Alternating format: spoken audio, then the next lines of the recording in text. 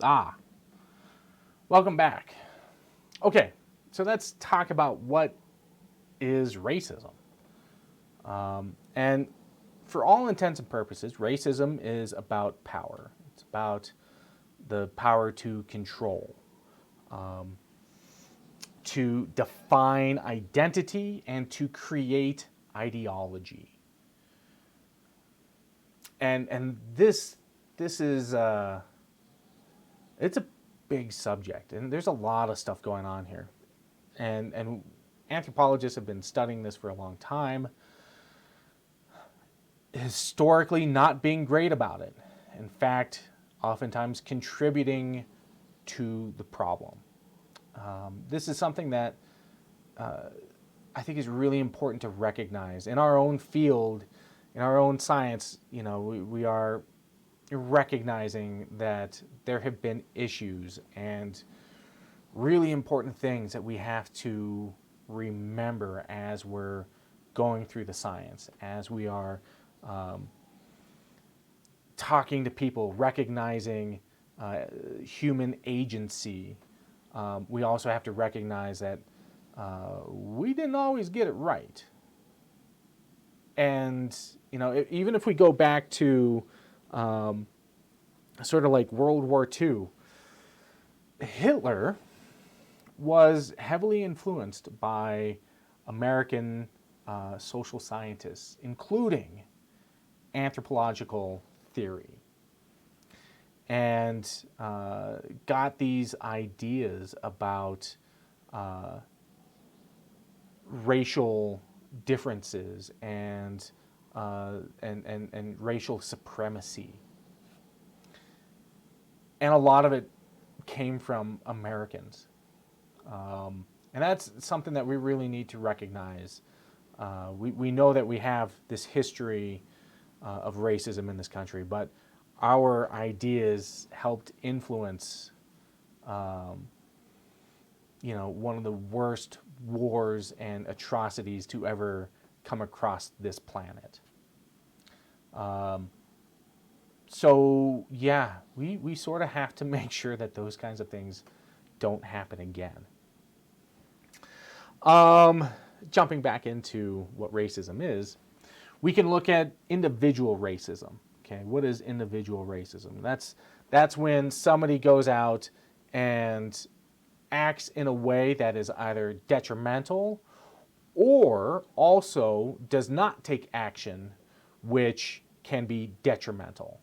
Okay, so both acting in a way that can harm someone based upon their race, or not taking action that could prevent that from taking place, or that can lead to harm in some way through inaction. That is also racism. So, maybe the argument could be made, well, I didn't get involved, right? I saw that something was happening, but I didn't get involved. That inaction is also considered to be racism. Okay, so there's these individual aspects that individual people can take. We also have things like microaggressions. Microaggressions are essentially anything that is done in a way that might not be overtly racist. Okay, and that could be anything from like sitting in your car and you have like a black man that's walking by and you lock your door, right? Because you fear, right, that black man who's walking by, that you think that, well, maybe they could rob me or something, when in actuality they're just walking by. But they see that, right? That person, that black man, sees that action of locking the car door and recognizing that that person sitting in that car is now fearful of you, right? For something that you have not done, right? Unjustly. There are lots of things that can constitute microaggressions. Walking across the street, having someone follow you through a store based on your race, right? That if you're a person of color that walks into an electronics store, or, a clothing store, and you have members of the staff follow you because they think that you might steal something. Those can be microaggressions. Anything that can be done in a way that can be harmful. Code switching, right? We talked in one of the prior lectures about language, code switching in your language, speaking differently or downwardly towards someone based on their race, using terms that are they might not be overtly racist, but might have an intention to it, right? That can have that negative impact. And what ends up happening with microaggressions is that, while they aren't oftentimes overt, they still impact. And when you have many microaggressions take place, it builds up and it builds up. And eventually, you can be buried by a ton of pebbles. You can die from 1,000 paper cuts, right? And that's what microaggressions are oftentimes associated is it might not be overt, it might not be serious, but it has an impact. And when it happens over and over and over and over and over and over again, you see that those impacts start to have more and more of a detrimental and larger impact.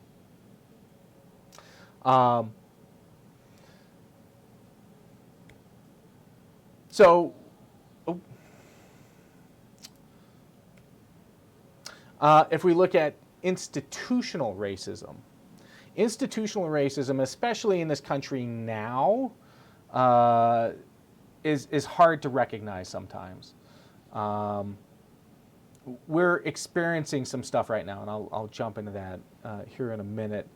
But we find institutional racism, or sometimes what we call structural racism, are found in systems of power. Okay, so these are things like government, through schools, through businesses, through any means of organization, right? Through religion.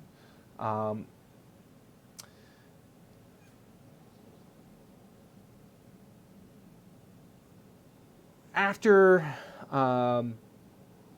the Fair Housing Act in 1968, we see the creation of HOAs, right? Homeowners associations. Homeowners associations originally were designed to create communities that could continue to have that racial segregation, right? The Fair Housing Act basically said, you cannot discriminate against someone that is of a different race, which means that people could discriminate against you if say you had the money, say you had the cash in hand, and you walked up to someone and they're selling their house, and you're like, I have the money right here, I want to buy your house. And they're like, nope, we're not going to sell to you. And we're not going to sell to you because you're black. The Fair Housing Act said you can't do that, right? This person has the right to buy this house, has a right to live in this community, and you can't discriminate against them. If they want to buy it, they can buy it.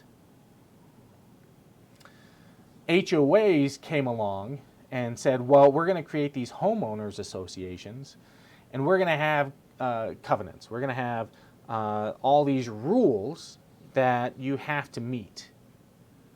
And oftentimes these rules were very exclusive, right? And if you didn't meet these conditions, then we weren't going to accept you. We don't have to sell to you because we created these associations. So homeowners associations, HOAs, were originally designed to sort of maintain that segregation of people. So, you know, just flat out, if you can ever avoid living in an HOA, you should, just in general. And that's my personal opinion. I'm just throwing it out there. So after that, we see different types of institutions coming in, and the consequences.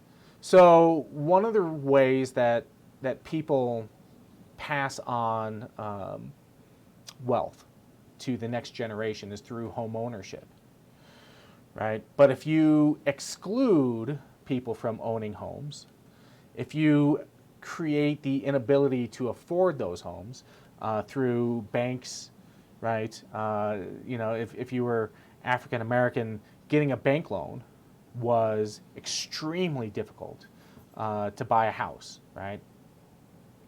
And if you are forced to rent, right? And this is a problem that we're facing today in a very different economic sense.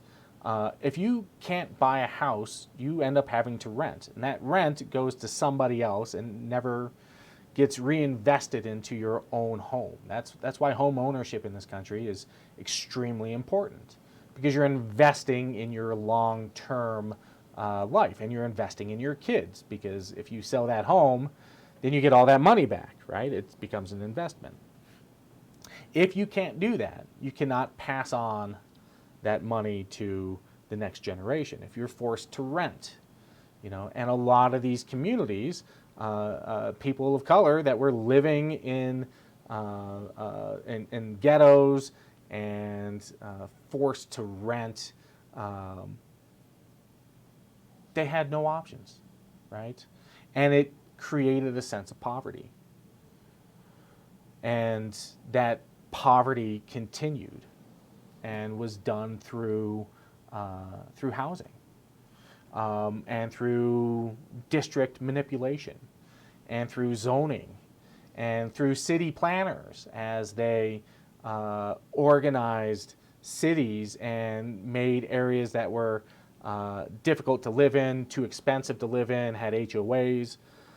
You know, but we'll open up this area over here in this part of the city that's, you know, maybe it's closer to the industrial area. Maybe it's not as clean, it's not as nice.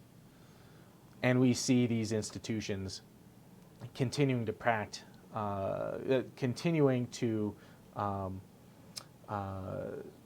engage in racist activities.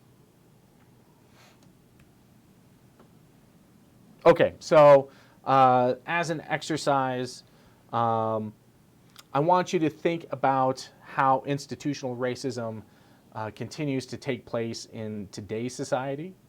I want you to think about some of the institutions that continue this practice and how they do it, and then what are the consequences that we continue to see as institutional racism continues. And what I'm going to do is I'm going to stop this here, and I want you to think about it for a few minutes before you start up the next part of the lecture. Take a minute and jot down some ideas about what institutions might be doing with racism and how it continues to impact a lot of people's lives today. Okay, so we'll stop here and then we'll continue in a few minutes.